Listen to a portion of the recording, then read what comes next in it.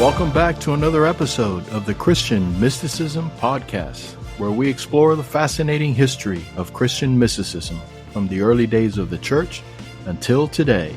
And if you're a regular listener of the show or a new listener and you haven't subscribed yet, please click on the subscribe button and give us a like, and that'll help the algorithms get this show out to more people. I'm Alberto de la Cruz, and as always, I'm joined by my co-host, Dr. Carlos Ayer, the T. Lawson Riggs Professor of History and Religious Studies at Yale University. Welcome back, Carlos. Hey, as always, it's great to be here. And a very happy Thanksgiving. We're in the Thanksgiving month of November. Yes. For you and your family, and for our listeners as well. Yes. One of my favorite times of the year. Christmas music is already playing. So, I started seeing Christmas decorations up around here immediately after Halloween. People just took down the Halloween decorations and went right straight to Christmas without skipping a beat. It's crazy, but hey, Christmas is the greatest time of year and a very important date for Christians. Yes. So today's episode, we got an interesting character. I'm very curious about hearing about him. Emanuel Swedenborg, who is a very, very unusual mystic, perhaps the most unusual that we have covered to date in all of our broadcasts. He's very hard to categorize, and he's very different from other Christian mystics in so many ways. It's kind of hard to actually. It'll make more sense to just start telling you who he was rather than list all the many ways in which he's different. It'll just pop up as we're going along. It'll become obvious how different he is. And first of all, he was a scientist. Born in Sweden, 1688. He lived a nice long life till 1772. So he was a contemporary of just about every important Enlightenment figure. So he was a scientist, a philosopher, who became a theologian and a mystic in middle age. He was also a visionary, and his conversion experience, if one can call it that, occurred very suddenly. So here's one of the first characteristics that makes him very different from other mystics we have covered, that there seems to have been no preparation on his part, although much of it might be hidden in his reading. But when I say little preparation for becoming a mystic, is that he was not an ascetic. He was not that much into self-denial. He was definitely not monastic. As a matter of fact, he was born into a very prominent family. His father was not just a Lutheran bishop, but had served as court chaplain and professor of theology at the University of Uppsala in Sweden. And his family was given a noble title. It was ennobled in 1719. And actually his birth surname had been Swedenborg, but now it became Swedenborg. So here is his trajectory. He was a child prodigy, brilliant, a very, very versatile scientist who actually carried out research in various areas, not just one.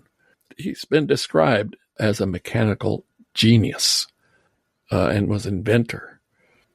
And he spent quite a few years serving on the Royal Board of Mines in Sweden. Over 2 decades he served in this position, and in that time he made significant contributions to metallurgy, geology, and anatomy. And many brief summaries of his life describe him as being ahead of his time. And what they mean by that is that he actually came up with an early version in astronomy of the nebular hypothesis. And what is that? Well, the nebular hypothesis is the argument or proposal that the sun and the planets originated from a common nebula. And among other suggestions that he made, and made some drawings too, were a submarine and an airplane. And although neither of his plans would have actually worked, if actually constructed, nonetheless, he conceived of a submarine and a flying machine. So if that's not enough, he also proposed that matter consists of particles that are indefinitely divisible, and that these particles are in constant swirling motion. Now, of course, ancient Greeks had come up with the idea of, the atomic structure of the universe, but he went further. And his idea is very, very close to the modern conception of the atom, as described in terms of a nucleus with electrons. While he was a scientist, he published 30 treatises on various scientific subjects and was known all over Europe. And he traveled widely throughout Europe, known as a scientist, and a very good scientist too. But then in midlife, he had this religious conversion. And after that, for the last 28 years of his life, he wrote some 30 treatises on theology and other religious subjects. So he was a busy man, but made a complete flip, because after his conversion, he turned his attention entirely to religion. And as we'll see in a few minutes, this was all based on experiences that he was having. It's a very experiential kind of theology that he was engaging with. So tell us a little bit about this spiritual conversion, this awakening that he had. Many who have written about his life attribute his conversion to steady reading that he had been doing in mystical texts. But around the age of 56, he began to have a series of very, very intense dreams and visions. And we've had a whole episode on visions, which he recorded and then later published as his Journal of Dreams. So we know exactly what happened to him because he describes it all in his journal. And this took place in 1745. And it was as part of these visions that he claimed that he had received a divine calling from God himself, from Jesus, and that his calling was to explain the spiritual meaning of the Bible. And he claimed that this transformation that took place opened up his senses, allowing him to communicate with angels and spirits, and even more than that, to visit heaven and hell repeatedly.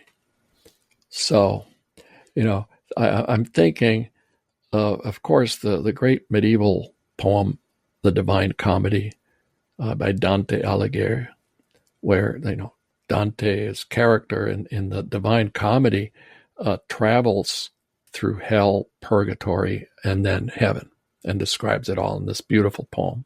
Very long. Well, Swedenborg did much better than that because he kept going back and forth from this material existence in this world to heaven and hell, and wrote about it and has very detailed descriptions of heaven and hell. But needless to say, once we get into the details, I think our listeners will be able to tell why he ended up being excommunicated by the Lutheran Church. And I should add, too, that all of these theological treatises, as well as his scientific treatises, were written in Latin and published in Latin. It's only later that his theological works began to be translated into vernacular languages. And the first few that he published, the first few religious texts that he published anonymously, because he correctly feared what would actually happened to him, which would be that he would be censored by the Lutheran Church in Sweden, which was the official state church. But eventually he just let go of the mask. And this being by now, late in the Enlightenment, going way into the midst of the era of the Enlightenment, it didn't matter as much as it used to be excommunicated by the state church. Had he written what he actually did write in the 18th century, if he had done it in the 16th century, he would have doubtlessly been persecuted and maybe even executed for saying the things that he did. I can't help but to remember we did an episode on Protestants and mysticism, and we've talked about it in several other episodes when the topic has come up. Protestants are or continue to be not very big on the whole mysticism thing. So I imagine not just his works, but his testimony that he was having these visions and doing these visits to heaven and hell and speaking to angels really did not sit well with his Lutheran church. Oh, not at all. Not at all. And especially, as we'll see in a few minutes, certain items in his theology are not just upsetting to the Lutheran Church, but to all other denominations too. So Jesus plays a very important role in his visions. So I think it's fair to say that he is a Christian mystic. But, for instance, what he has to say about the person of Jesus himself and about the Trinity is not at all orthodox for any Protestant church, much less the Catholic or Orthodox churches. So he went even further than that, though. It's not just that he proposed certain truths that ran against the grain of centuries of Christian tradition, but it's also the fact that he insisted that his writings were a revelation from God for what he called a new age of truth and reason in religion. And he held that his new revelation of God was what was meant in the Bible by the second coming of Christ. Right?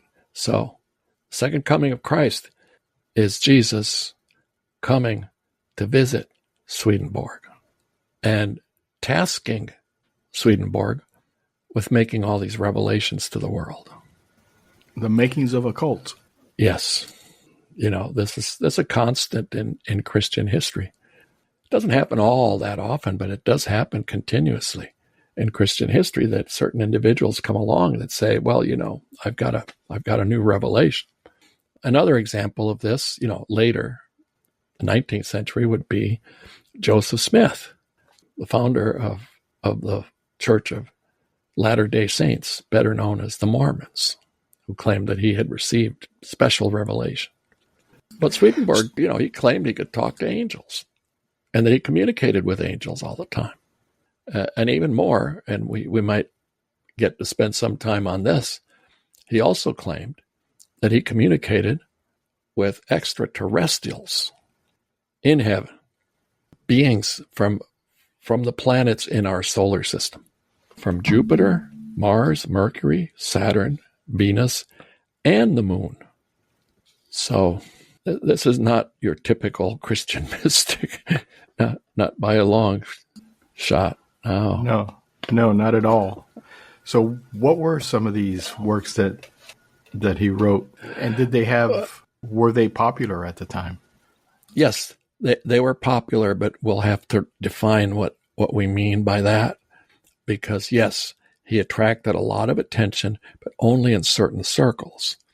And first item on the table, since he wrote in Latin, his immediate audience was only among the learned and the well-educated. But there was one advantage to writing in Latin, which was that in this class of people who could read Latin, he could instantly become an international figure because there was no language barrier. But eventually, yes, especially in England, his works began to be translated, and then he reached a broader audience. And it also happened in other places that his works were translated into vernaculars, that he began to develop a much larger following than when his texts were published solely in Latin. But out of those 30 texts that he wrote, we have the Heavenly Mysteries, Latin title Arcana Celestia. It was 8 volumes. And what was in there? It was a verse-by-verse interpretation of the spiritual sense of the books of Genesis and Exodus in the Hebrew Bible. 8 volumes. And his most popular book, and still, I guess you could say it's also his most enduring book, the one read most often and cited most often, is his book on heaven and hell. And that's the title, Heaven and Hell, where he describes the nature of the afterlife. And 2 more I'll mention out of those 30. There's also his True Christian Religion, which in the English translation is 2 volumes. It's a systematic explanation of his theology. And also one that, still, of course, given the subject, attracts a lot of readers and attracts a lot of attention, is his book, Life on Other Planets, where he describes his conversations with extraterrestrial beings. And the list goes on. Actually, if our listeners just look online, there is in the UK a Swedenborgian society that dedicates itself to publishing and selling English translations of the works of Swedenborg. And in the current edition, they have very, very beautiful covers. The books do. All of them, they have some kind of flower or a leaf, even just a leaf on the cover. And they're very attractive looking books translated into English. And most libraries have, when I say most libraries, what I mean is most large city libraries, as well as, large to medium-sized university or college libraries have Swedenborg's books available in English. So let's talk a little bit about his theology. You kind of teased us there at the beginning. Yes, I know. And actually, there is so much to cover. But also, I'll just say this again to our listeners. Anyone goes on YouTube and searches for Swedenborg, you are going to be astonished at how many different videos are there on Swedenborg. Most of them, or at least most of the ones that I sampled, are from people who, respect him or are devoted to his teachings. So you have these individuals online who have very, very deep knowledge of Swedenborg's teachings and can give you a mini course, basically. But we're going to stick to just the main points here. And there are many, many nuances in all of these issues that you and I are going to cover. And the first one, and most basic core idea of Swedenborg's revelation, is known as correspondence. What does that mean? It means that the physical world that we all live in is a reflection of a much deeper spiritual reality, and that there is a direct correspondence or link between the natural and the spiritual planes. And of course, this sounds like a version of Platonism, right? That the physical world is a reflection of a much deeper or higher reality. Yes, but for Swedenborg, that connection, that correspondence is so intense and so direct that this is why, for instance, he claimed that he could go from one dimension to the other, from the material to the spiritual, because you need to awaken, basically. But we'll get back to that. How do you get there? How do you awaken? How do you become a mystic in the Swedenborgian vein? That's a whole other question or set of questions. But anyway, this correspondence means that God himself is suffused, that is, present throughout all of the physical world. God himself is present not only in every human being, but in the entire world and everything in the world. And yes, he was visited by Jesus. And yes, he spoke of the Trinity also. And that sounds like he's an Orthodox Christian, but it's very different.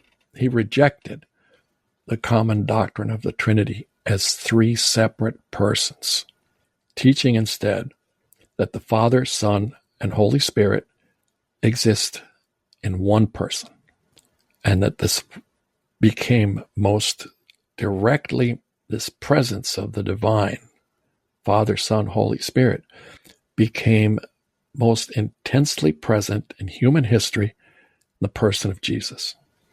So, what are the Father, Son, and Holy Spirit?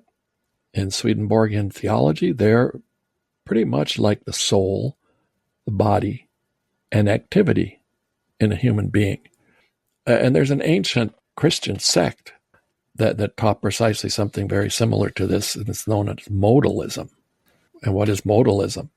Modalism proposes that there is only one God, but sometimes he acts like a father, sometimes he acts like son, and sometimes he acts like spirit.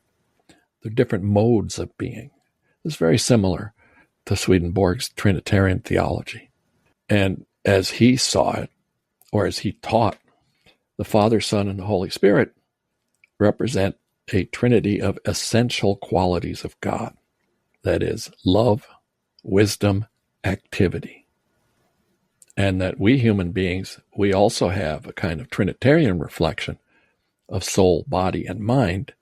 And there's also, this also very similar to things that St. Augustine said in the 4th and 5th century about humans being a reflection of the Trinity, but in a completely different sense from what Swedenborg taught. And, back to the essential qualities of God, it's like a hierarchy: love, most important, wisdom, and activity. Love, and Swedenborg's theology, is the central and most defining characteristic of God and the source of creation. All of creation, the entire universe, is an expression of God's love. And his love for the entire universe is deep, so deep that it's the very reason for its existence. And the same thing applies to human beings. So what we're seeing here, all of these teachings are echoes of traditional Christian theology. And, you do find this in the New Testament. God is love. Yes, God is love. Many texts in the New Testament that tell you this. But Swedenborg puts a very new spin on this concept of God as love and creation as an expression of God's love. So, what's the practical application of this? Here we go. How are you saved? And remember, he grew up Lutheran, and we have covered Luther before. And in the Lutheran church, one of the central teachings concerning salvation is that one is saved by faith alone. Faith in Christ's redeeming work is what saves you. Not for Swedenborg. And this is what makes him so un-Lutheran, especially this point. Salvation is earned through both faith and love, sometimes expressed as faith and charity, or, as Luther might have said, faith and works, right? Your behavior saves you. Your behavior ultimately is what saves you.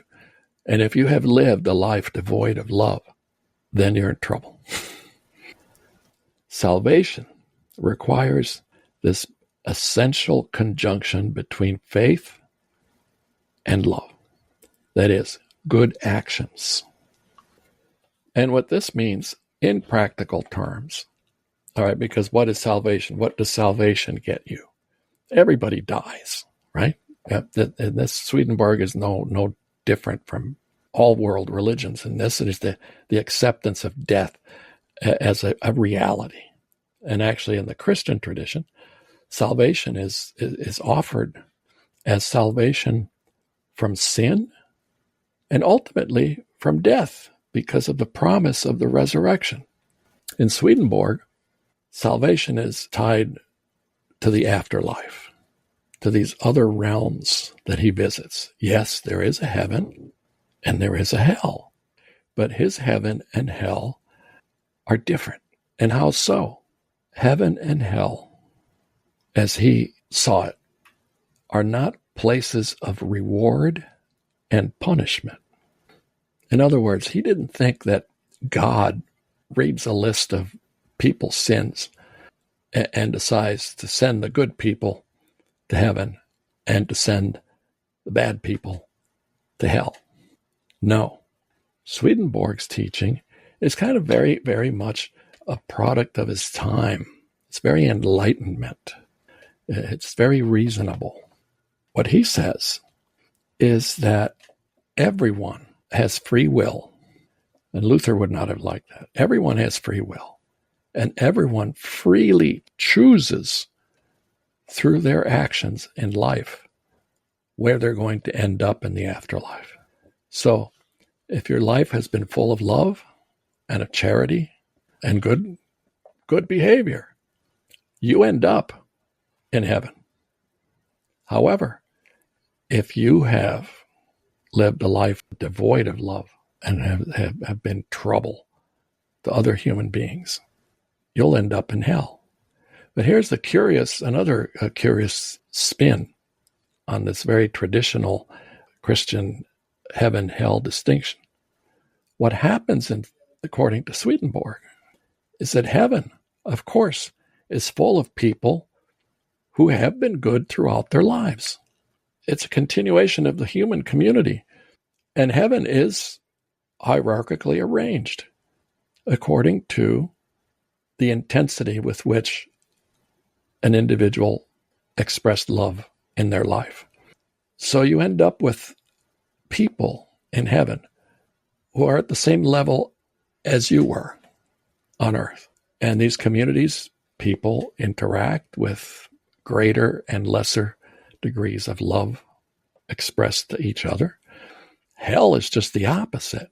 It's not devils, fallen angels who torture people. No, it's bad people torturing each other, but not like physical tortures. They just make life miserable for each other in every possible way. And that's a very modern conception of hell. Ultimately, the question becomes, well, where is the line? What is enough love to get you to heaven? And what is enough lack of love to earn you hell? Because you really do earn it. You earn your place in the afterlife through your behavior. So, very much like St. Augustine. And I'll point out this. Martin Luther was very indebted to Augustine for much of his theology. Augustine said basically the same thing, which is the key to salvation is love of others, selflessness. The key to earning yourself hell is selfishness, thinking of yourself primarily, foremost, or exclusively, rather than others, having no compassion, no sympathy for your neighbor. So it's a very, very ethical structure. Heaven is ethical. Hell is both ethical in structure. It's all about behavior. At the beginning, you also mentioned that he had seen life from other planets. That's a unexpected plot twist. Yes, it is. Yes, it is. And, given the fact that he lived in most of his life, he lived in the 18th century. They didn't know about what was in the cosmos beyond the solar system, basically, right? And there weren't even 9 planets at the time. There are planets that had not yet been discovered. So I think it's very interesting that these extraterrestrials that he meets, whose way of life is structured the same way as it is on Earth, that, the most important thing of all is love. And if you live your life according to love, you end up in heaven. If you don't, you end up in hell. But with those like you, right? But he was able to visit these communities of extraterrestrials in heaven. And these people or beings, they revealed to him that God has structured life in all the planets the same way. But, of course, this man is a scientist. And now, from a purely scientific point of view, I would think that any audience that hears about Swedenborg and hears about this teaching about extraterrestrials might have some serious questions to ask about, well, are there still beings in all these planets that we just don't know of? Because, of course, modern science has learned that none of the planets in our solar system seem to have beings like us. That if there are extraterrestrials nowadays, they're from very far away. I'll backpedal on this just a little bit, because there are people who believe that we have extraterrestrials among us here on Earth, when we just don't know it.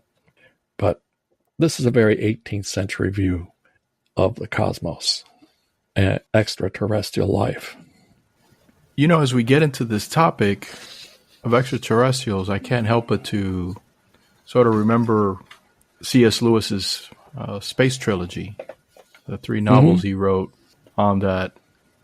And I wonder if C.S. Lewis had ever read Swedenborg. That I don't know. It's highly likely that he might have, because I think the one country where he had the greatest popularity was England, and also the English-speaking world. So it's possible, but I don't know, because I don't know C.S. Lewis very well. Well, it's great books. I highly recommend to our listeners and to you if you've never had a chance to read them. They're not that long, but it's a trilogy and a very interesting concept. And kind of hearing Swedenborg talking about extraterrestrials or aliens on other planets. C.S. Lewis, I'm not saying he necessarily borrows from Swedenborg's philosophy or theology, but maybe the whole concept of it, of God appearing on other planets and going through the whole plan of salvation with beings on other planets, those C.S. Lewis books kind of approach that. Very interesting. See, I didn't know that. Yeah, it's on my reading list. My reading list, if it was actually printed up or written out, would stretch basically maybe from where I live in Connecticut to somewhere in the Midwest. Well, these aren't books on theology. These aren't history books. And I know that's Yeah. A lot of many things I would love to read that are not. The things that you have to read for your line of work, you probably don't have the time to enjoy good Lord, a fiction novel. And these are fiction. They're basically fictional novels. But if you ever do have the time, you're ever on vacation or sabbatical, they're quick reads and very, very interesting. And I know that Lewis has many devotees, many. So in a lot of these episodes, we've talked about the steps mystics take to become mystics. And pretty much all of them go through the same process. But as you mentioned at the beginning, he did not do that. No, and I have not been able to find it. And, I'm admitting here that I am not, by any stretch of the imagination, a great expert on Swedenborg. But I've searched and have not found a method. In the same way that it doesn't take much reading of traditional Christian mystical texts, it doesn't take much reading in that literature to immediately see how connected the experiences are to a specific method of prayer and of behavior, usually monastic or semi-monastic in some way, but always involving self-denial to a considerable degree and prayer as a constant. I have not found that in Swedenborg. The path to God is love. That's the basic structure. And how one becomes awakened the way that he did, how one might get to constantly shuttle between the physical and spiritual worlds as he did, that's not very clear to me. And neither is a notion of resurrection in the afterlife, in the traditional Christian sense. Because among other things, Swedenborg taught that angels marry each other. There are married pairs of angels who live as one. And he taught also that marital or conjugal love will be enjoyed in heaven by human beings, which is not at all the traditional Christian teaching, based on one statement by Jesus in the Synoptic Gospels that, no, in heaven there will be no marrying. Humans will be like angels. Angels don't marry. So there's that. There's very kind of earthly dimension to heaven that perhaps comes close to idea of a resurrection. But in the traditional Christian sense of resurrection, no, there's no sex, no sexual intercourse, no sexual attraction in the resurrected state. So let's talk about his legacy. What did Swedenborg, his teachings, his life, his 30 works, what's the legacy they left behind? It's very interesting because he's very similar to one of the spiritualists from the Reformation era who actually taught that there's no need for the church anymore. That was Caspar Schwenkfeld. And Schwenkfeld, although he insisted that there was no need for a church, his followers ended up establishing a church, the Schwenkfelder Church. Well, the same thing happened with Swedenborg. He never established a church, but his followers founded what they called the New Church. And his religion, his theology, came to be known as Swedenborgianism. And this new church was founded in 1787 to study and propagate his teachings. And there are still Swedenborgian churches around. I know that I walked past it many times in Philadelphia some time ago. There was a Swedenborgian church I walked past repeatedly. I don't know if it's still a Swedenborgian church or if it still exists. And I once met at a talk I was giving, a member of the audience who was Cuban told me that he was a Swedenborgian and that he attended the Swedenborgian church in Boston, which I found unusual, to say the least. But he had an influence, Swedenborg did, on the poet and artist William Blake, on Ralph Waldo Emerson and his circle in Boston, in and around Boston, the so-called transcendentalists who have a very important place in American history. He influenced the French poet Baudelaire and the psychologist Carl Jung, read deeply into Swedenborg. And Carl Jung's psychology owes a debt to Swedenborg. And as I said before, in England, the Swedenborg Society, which was founded in 1810, is still very strong, going and publishing all his books in English. But I was very, very surprised to find one other thinker who encountered Swedenborg and wrote about him. And I had forgotten about this. This was like a footnote I still had somewhere, squirreled away somewhere in my brain. The great German philosopher Emanuel Kant wrote an entire text on Swedenborg, the title of which was Dreams of a Spirit Seer, illustrated by Dreams of Metaphysics, which he published in 1766, and in which he used satire to critique Swedenborg's mysticism. And in that book, well, although he expresses some fascination with Swedenborg's psychic abilities, like, for instance, he tells the story of one time where at this event that was not in Stockholm, I forget what town it was in. He was miles from Stockholm, 50 miles from Stockholm. He told the people he was with, "Oh, a great fire has broken out in Stockholm."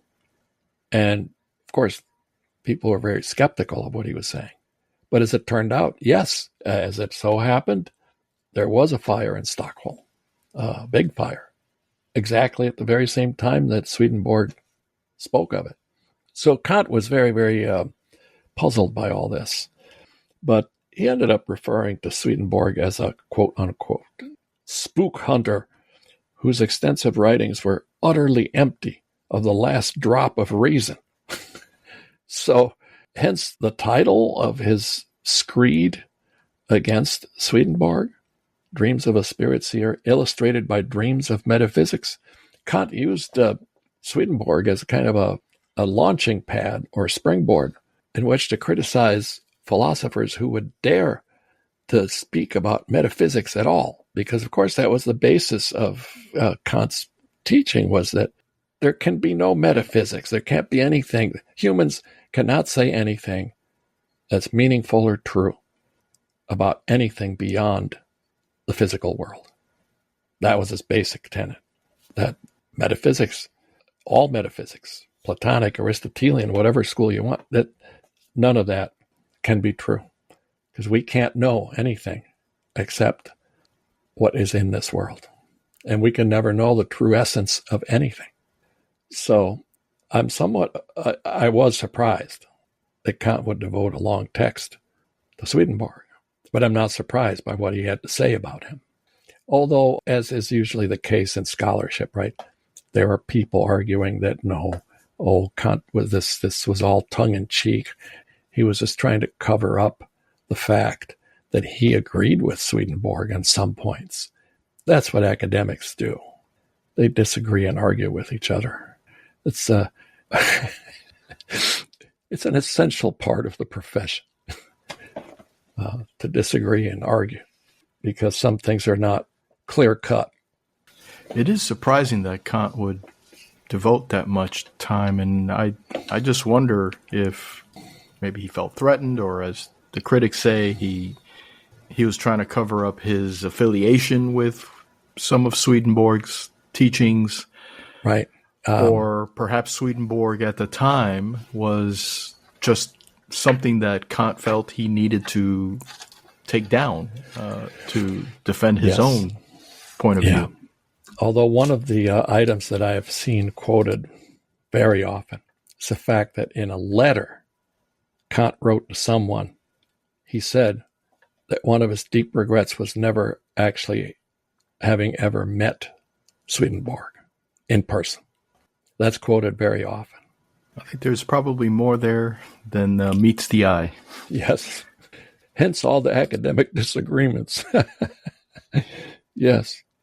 Well, as we get to the end of the episode, do you have some choice quotes from Swedenborg to give our listeners an idea of, for those who want to maybe explore him more? Yeah, and actually you can find these quotes some of them are very revealing. Others require an expertise in Swedenborg to be able to actually get the full meaning of, but I'll just stick to the ones that are easy to understand, such as this one. This I can declare, things that are in heaven are more real than the things that are in the world. There you go. It's very Platonic. And also, actually, people who've had near-death experiences and have gone to the afterlife, many of them say that that other world is more real than this. So there's a long tradition for this, and it continues with NDE studies. And then there's a kind of a universalist dimension to Swedenborg's thought. And here's the quote: "The nature of heaven is to provide a place there for all who lead good lives, no matter what their religion may be." And getting a little deeper into his understanding of the human self. And I quote, "The inner self is as distinct from the outer self as heaven is from earth."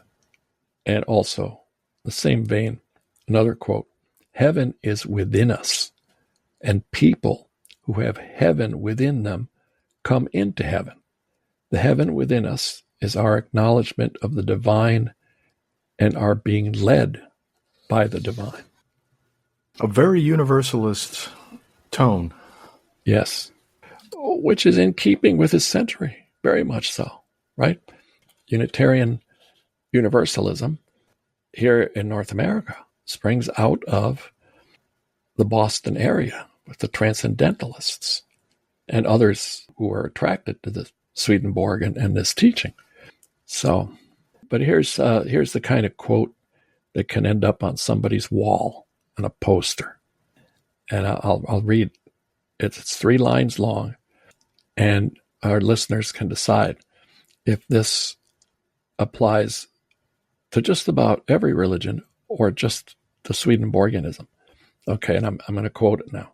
"A life of faith without love is like sunlight without warmth, the type of light that occurs in winter when nothing grows and everything droops and dies. Faith rising out of love, on the contrary, is like light from the sun in spring when everything grows and flourishes." Nothing uniquely Swedenborgian there that I can see. And this is some statement that if anyone puts that poster up on the wall, people walk into the room, they might start a very meaningful conversation. Very interesting. A very interesting character. And, of course, we don't know. His theology does have some parts that contradict the Gospels and contradict the teachings of the Catholic Church, the Orthodox Church, and his own Lutheran Protestant Church. But whether he was right, whether he was wrong, whether his theology is faulty, I'm sure a lot of people will agree or disagree. But one thing we can all agree on is a very interesting guy. Absolutely. Unusual. And by some definitions of mysticism, I know some scholars might actually argue that he's not really a mystic because of the way in which he gets there. The way he gets there is just not traditional Western or Eastern, Asian mysticism, the whole monastic path. And they might say, no, he's not a real mystic. But I know others have, of course, if this guy continually travels to heaven and hell and has visits from Jesus. And there's the basic tenet of his religion being love is the most important thing. God is love, and love is the most important thing. That's the beautiful, absolutely beautiful. Who could argue against that, right? So, some definitely good stuff he puts out, but you still have to grapple with the universalist aspect of it all. Right. Yes. The interdimensionality, the correspondence between the physical and the spiritual. And the aliens. And, yes, the extraterrestrials, also part of the picture. Well, thank you for giving us some insight into this very interesting mystic. We got our last episode for the year coming up next month. What do you have for us? Well, I thought we have constantly brought up the subject of what mysticism is or is not, as we just did just a few minutes ago. I think we should provide our listeners with a review of some of the most important books on mysticism, and give a brief introduction and review to these books, what they are, and then we can list them all on the podcast website for reference, because there's a lot written about mysticism, and navigating one's way through it can be very difficult without some guidance. Well, that sounds like a great idea, and perhaps even provide our listeners with some ideas for Christmas gifts on these books. It'll Absolutely be our December Christmas episode. So yes, I'm looking forward to it. Once again, thank you, Carlos, and thank you to our listeners for tuning in and for all your support, for all your emails. Continue to reach out to us. We love to hear about your thoughts on the podcast, and we always look forward to it. So until the next time, this is the Christian Mysticism Podcast. If you have any questions for Dr. Eyre, you'll find our email address in the show notes. Just send it over and we'll try to answer it in a future episode. And don't forget to click the subscribe button so you don't miss the next episode of the Christian Mysticism Podcast.